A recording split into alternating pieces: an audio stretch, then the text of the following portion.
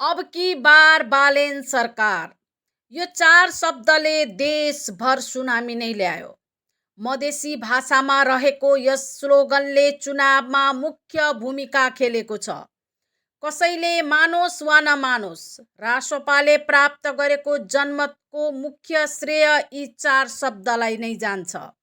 रासोपाले चुनावी प्रचार प्रसारका क्रममा यी चार शब्द गली गलीमा घन्काएको थियो।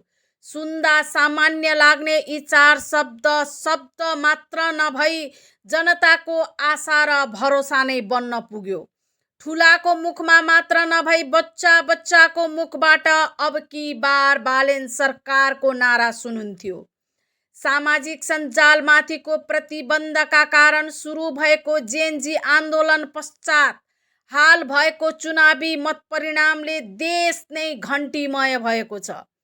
वर्षौंदेखि मधेस र मधेसीको नाममा राजनीति गर्दै आएका मधेसवादी दलहरूलाई त्यहाँका जनताले बारम्बार विश्वासका साथ मतदान गरेका थिए।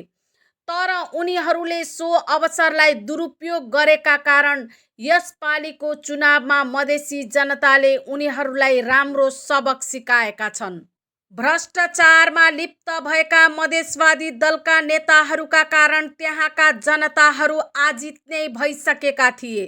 चुनाव जितेर आफ्ना आसेपासे र भाइ बारदारहरूलाई मात्र च्यापेर हिँड्ने र जनताको मनोभावलाई उपेक्षा गर्ने गरेका थिए। त्यसकारण हाल भएको संसदीय चुनावी मतपरिणामले मधेसी नेताहरूलाई आछु आछु बनाइदिएको छ।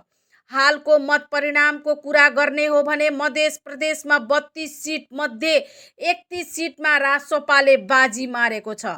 यसबाट प्रष्ट हुन्छ कि वर्षौंदेखि पिल्सिएर बाँचेका मधेसी जनताहरू पनि विकल्पको खोजीमा थिए।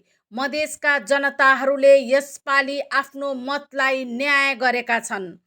मधेसका मै हुँ भन्ने नेताहरू उपेन्द्र यादव, हृदय त्रिपाठी, महेन्द्र राय यादव, राजेन्द्र महतो, रघुवीर महासेठ, शरद सिंह भण्डारी, सीके राउत, गगन थापा, प्रभु शाह, माधव कुमार नेपाल, महेन्द्र राय यादव, मातृका यादव, विमलेन्द्र निधि, शरद सिंह भण्डारी लगायत नेताहरूको पत्ता साफ भएको छ।